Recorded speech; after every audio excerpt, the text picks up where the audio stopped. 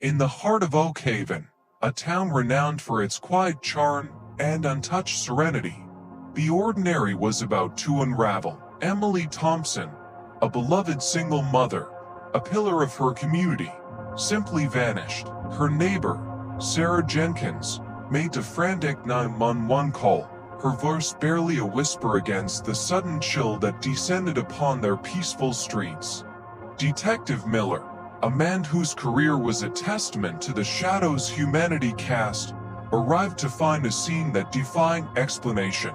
No forced entry, no signs of a struggle, just an unsettling stillness. An open book, a half-finished meal, a forgotten cup of tea all spoke of an abrupt departure, a life suspended in an instant. Sarah, pale and visibly shaken, recounted her last encounter with Emily, a seemingly routine morning chat. But Miller's instincts, honed by years of deciphering unspoken truths, told him there was more. As he meticulously combed through Emily's private spaces, a loose floorboard in her bedroom caught his eye. Beneath it, hidden away, lay a small, intricately carved wooden box. Inside, on a piece of aged parchment, was a symbol, ancient, unsettling. It pulsed with a silent, sinister energy. Miller stared at it, a cold dread creeping into his bones. This was no ordinary disappearance. This symbol was a whisper from a forgotten past, a prelude to a darkness Oekhaven had carefully concealed. The ancient symbol, now a stark obsession, consumed Detective Miller. Dr. Reed's research confirmed its origins steeped in Oekhaven's dark, forgotten past, linked to unsettling legends and secretive practices. But who in modern Oekhaven still clung to such archaic beliefs? As Miller canvassed the reluctant townspeople, he heard hushed whispers of Elias Thorne, the reclusive heir to the decaying Thorne estate, a man who lived on the fringes, shrouded in local folklore. They called him the keeper of the old ways, a fixture of Oekhaven's eerie underbelly, rarely seen but ever present in the town's collective unease. Driving past his overgrown estate, Miller caught an unnerving glimpse. Thorne, a gaunt, spectral figure, watching from a darkened window, his gaze piercing and unsettling. Later, under the cloak of twilight, Miller observed Thorne performing a peculiar, almost ritualistic act in his wild garden, an act that felt steeped in ancient intent. A deeper dive into Emily's personal effects yielded a chilling discovery, a cryptic journal entry, mentioning the keeper and the woods of Thorne. Emily had known Elias. She had sought him out, or perhaps, he had sought her. As Miller pieced together Thorne's bizarre family history, marked by generations of eccentricity and a possessive claim over Oekhaven's oldest secrets, a cold certainty settled in his gut. Elias Thorne was more than just an eccentric recluse.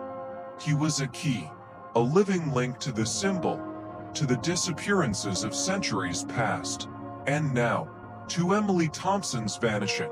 With the parchment and the wooden charm secure, Miller knew his next step would be the most dangerous yet. As he drove back towards the Thorne estate, a chilling premonition gripped him. Elias Thorne was waiting, his unsettling blue eyes holding a secret as old and dark as Oekhaven itself. Elias Thorne's enigmatic evasions did little to quell Miller's suspicions. Instead, they subtly redirected his gaze. The old man spoke in riddles, yet a thread of his veiled words pointed back to Sarah Jenkins, the anxious neighbor whose testimony now seemed riddled with inconsistencies. Returning to Sarah, Miller laid bare the wooden charm, its ancient symbol a silent accuser. Her carefully constructed facade crumbled, revealing a terror far deeper than mere concern. Sarah confessed, Emily wasn't just a victim, she was a participant. Both women had been drawn into a clandestine circle, a blood oath tied to the symbol, orchestrated by Thorne himself. Through tearful admissions, Sarah recounted a shadowy initiation, a pact made under the cover of night. binding them to an ancient secret.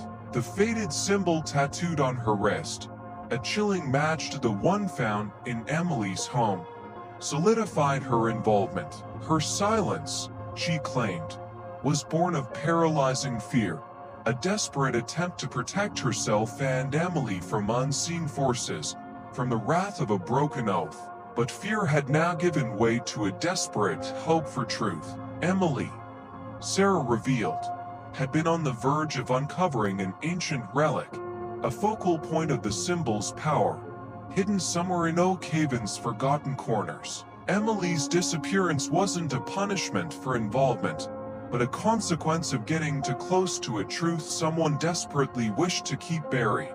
Sarah's confession didn't just expose her hidden connection. It unearthed a new, dangerous path, leading Miller deeper into Oekhevan's sinister heart.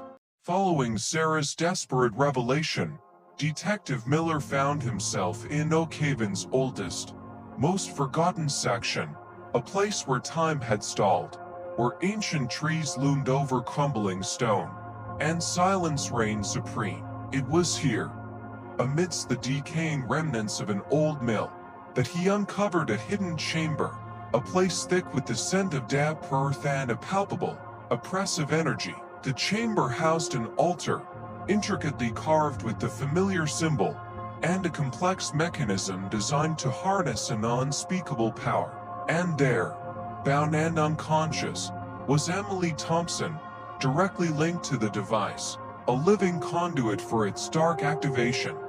Elias Thorne emerged from the deeper shadows, his eyes burning with a fanatical zeal. He was not just a recluse, he was the last guardian of an ancient covenant, a descendant of Oekhevan's true founders. For generations, his family had performed rituals, making periodic sacrifices to appease an ancient entity, ensuring the town's purity and prosperity. Emily, he explained with chilling detachment, possessed a unique ancestral connection to the very ley lines that converged beneath Oekhevan, making her the perfect vessel for the ritual's completion.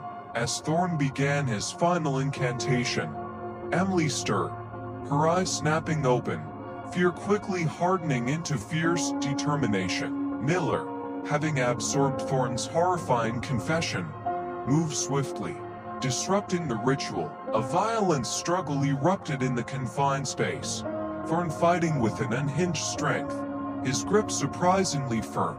In the chaotic fray, the ancient relic, throbbing with dark energy, was struck, its malevolent light flickering, then dying. The chamber's oppressive atmosphere dissipated, replaced by a sudden, chilling emptiness. Thorne was finally subdued, his zealous fervor replaced by a disturbing, placid calm, as if his purpose had been fulfilled.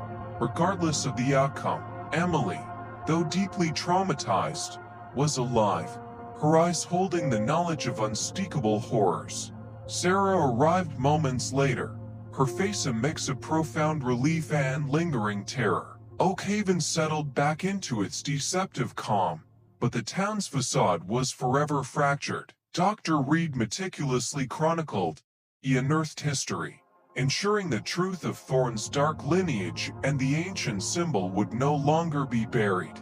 Miller, gazing out at the quiet suburban streets, understood that some darkness runs deeper than any investigation, an indelible stain on the soul of a town. The symbol, now silent but omnipresent in the town's history, served as a stark reminder that some secrets, once awakened, never truly sleep.